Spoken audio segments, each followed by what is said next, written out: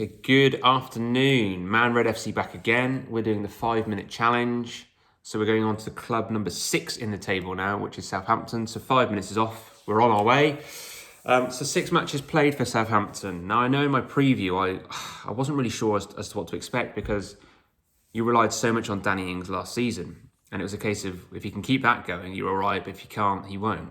Or you won't. However, he has. So you are. Hence being 6th. Out of the 6 matches you've played, you've won 3, drawn 1, and conceded 2. You know, your stats are pretty consistent across the board. You scored 10, you conceded 9. So you're not scoring a wonderful amount. You're not conceding a wonderful amount. It's fairly kind of, I suppose, steady across the ship with 1 goal difference there. But what I think is really impressive from Southampton is you started poorly, didn't you? I think, did you have 2 losses? Danny Ings didn't score quite early on in the first game, I think. But since then, you've won 3 of the last 4, I think, which is an unbelievable achievement in drawing 1. So what could have been a really sticky start, and you go, crikey, we've lost 2. Oh, how do we react?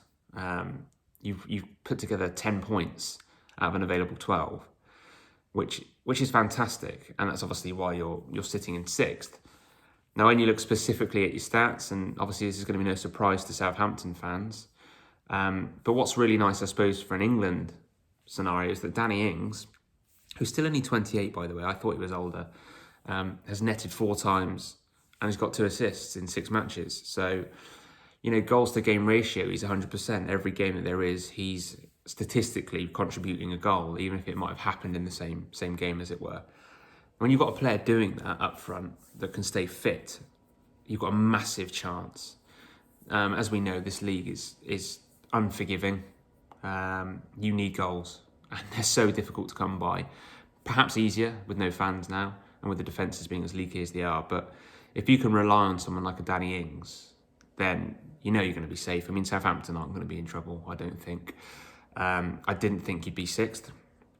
I don't know whether you would have thought that, Southampton, but let me know if you did.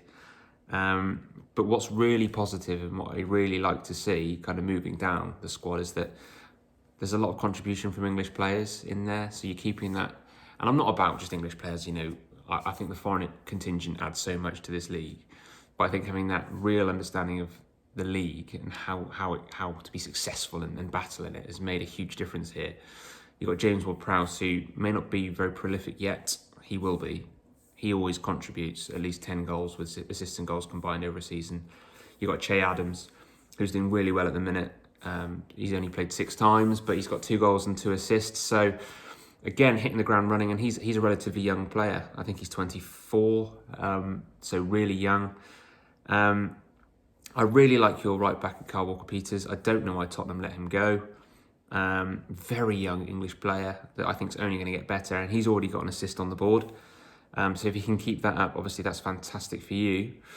What I actually think is a great signing, which some might have mocked, I know Arsenal fans would have, and Everton fans might have, is Theo Walcott.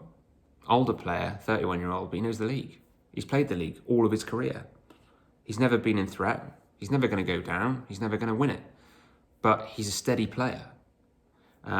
So much experience to put on the younger players that you've got. Understands what it takes to be competitive. And he's got an assist already. And if you can get a reinvigorated Theo Walcott that's going to start and play a lot, yes, he's not going to set the world alight, but he's going to be a good Premier League player. And I just think it's a masterstroke of a signing. I think it's a great signing for Southampton. And I think it's just going to be a real benefit to you because he'll just enjoy playing. I mean, you add that with Musa. I can't remember his last name. Is it Gineppo? Who's been quite good with his goal and an assist, I think. And you're starting to get contributions from the wings. Ryan Bertrand at left back, but like Kyle Walker-Peters at right back has got an assist. Bit of an older player, but again, experience, knows the league inside out, and you know what you're going to get from him. So Southampton so far have just been like the steady eddies, haven't they? They've just been in the matches, in the games, and they're sitting 6th. I mean, you have to say that is a phenomenal place to be. I think you'll finish lower than 6th, personally, because I think eventually clubs will start to realise they need to start playing well. But where do you think you'll finish Southampton? Can you see yourself maintaining this? If so, why? Where do you think you might finish? Really, really positive to see you there. It's quite refreshing. Oh, that's 5 minutes. So yeah, 5 minutes, 4 seconds on the board there, Southampton. So you had 4 seconds longer. So I'll be interested to see where you are in about 4 or 5 games' time. So yeah, take care. See you again soon.